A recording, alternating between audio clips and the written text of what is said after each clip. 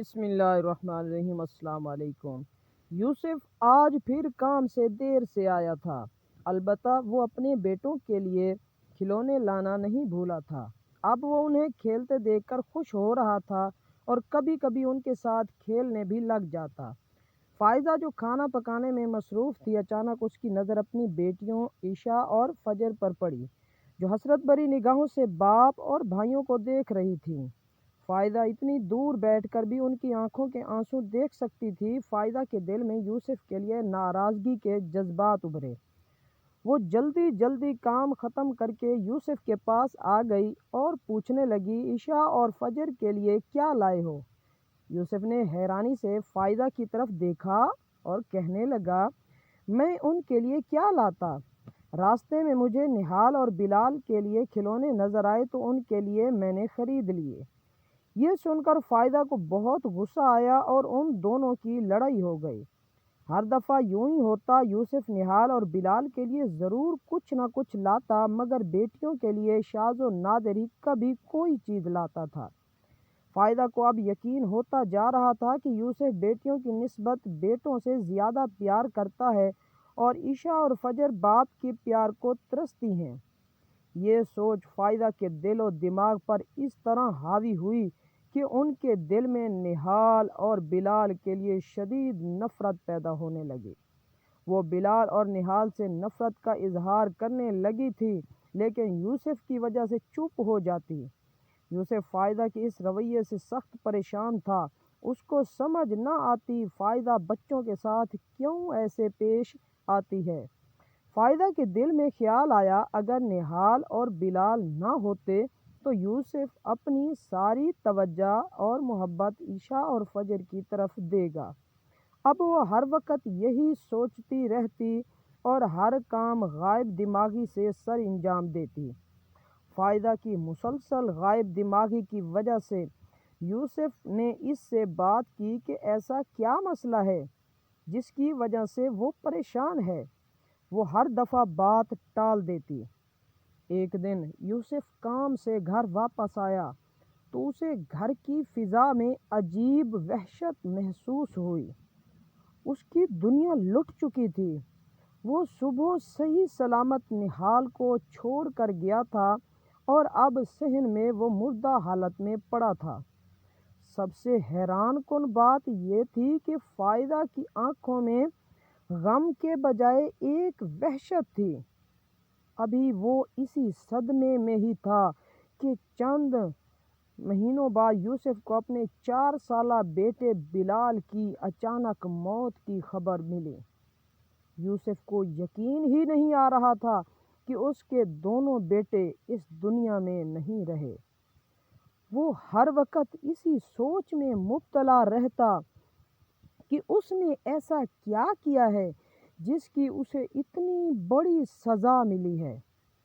اسے کبھی کبھی اپنی بیوی پر شک ہوتا، شاید بیٹوں کی موت میں اس کا کوئی ہاتھ ہے، لیکن وہ یہ سوچتا کہ کوئی ماں کبھی اپنے بچوں کو قتل نہیں کر سکتی۔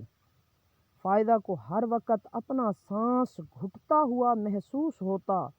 اسے لگتا کہ اس کے بچے اسے بلا رہے ہیں۔ وہ رات کو اٹھ کر چیخیں مارتی۔ فائدہ کو اپنے بچوں کی روح نظر آتی۔ یوسف اپنے پہلے سمجھا کہ شاید یہ ابھی تک صدمے میں ہے۔ وہ اسے پیار سے بہت سمجھاتا، لیکن فائدہ پر کسی چیز کا کوئی اثر نہ ہوتا۔ فائدہ کی حالت دن بدن بگڑتی جا رہی تھی۔ یوسف نے کافی علاج کروایا لیکن بے سود رہا۔ یوسف نے کچھ عرصے کے لیے گھر سے کہیں دور جانے کا پروگرام بنایا تاکہ فائدہ کو جلد از جلد اس صدمے سے باہر نکالا جا سکے، لیکن فائدہ کی صحت پر کوئی خاطر خواہ اثر نہ ہوا۔ ایک روز فائزہ گہری سوچوں میں گم تھی۔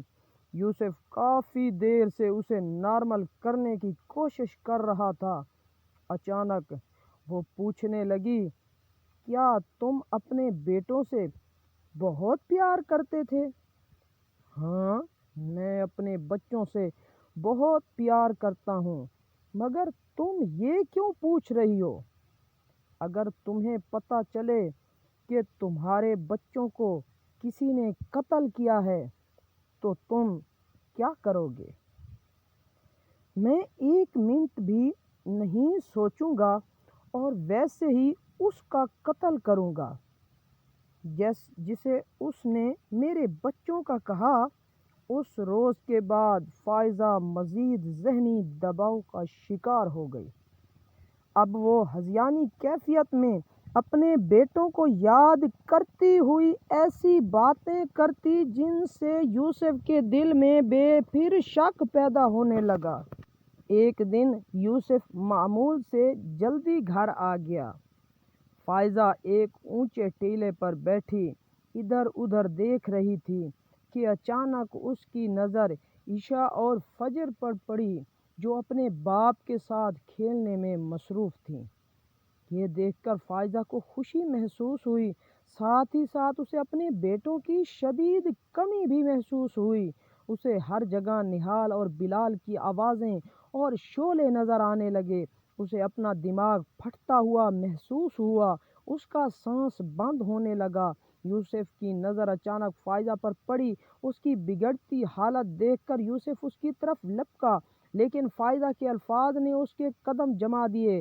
میں نے اپنے بچوں کو مار ڈالا، قتل کر دیا، میں نے اپنے بیٹوں کو۔ یوسف نے نفرت بھری نگاہ فائزہ پر ڈالی اور پوچھا، تم یہ سب کیسے کر سکتی ہو؟ تم نے اپنے ہاتھوں سے ہی اپنے بچوں کو مار دیا۔ تم کیسی ماں ہو؟ تم تو ماں کہلانے کے بھی لائق نہیں ہو۔ کوئی ماں اس حد تک ظالم نہیں ہو سکتی۔ تم نے ایسا کیوں کیا؟ یہ سب کچھ میں نے اپنے بیٹیوں کے لیے کیا ہے۔ تم ہر وقت نہال اور بلال سے پیار کرتے تھے، عشاء اور فجر کی تمہیں کوئی پرواہ نہ تھی۔ یہ سن کر یوسف مزید آگ بگولا ہو گیا۔ جیسے میرے لیے نہال اور بلال تھے، ویسے ہی عشاء اور فجر تھی۔ فرق میں نے نہیں کیا، فرق تمہاری سوچ میں تھا۔ تم ایک نفسیاتی مرضع بن چکی ہو۔ میں اور میری بیٹیاں اب مزید تمہارے ساتھ نہیں رہ سکتی۔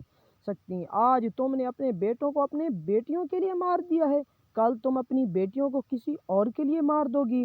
میں فجر اور عشاء کو لے کر ہمیشہ ہمیشہ کے لیے تمہاری زندگی سے دور چلا جاؤں گا، اور اب تمہاری سزا کا فیصلہ عدالت کرے گی۔ وہ فائزہ کو روتی چیختی چھوڑ کر بچیوں کے پاس چلا گیا۔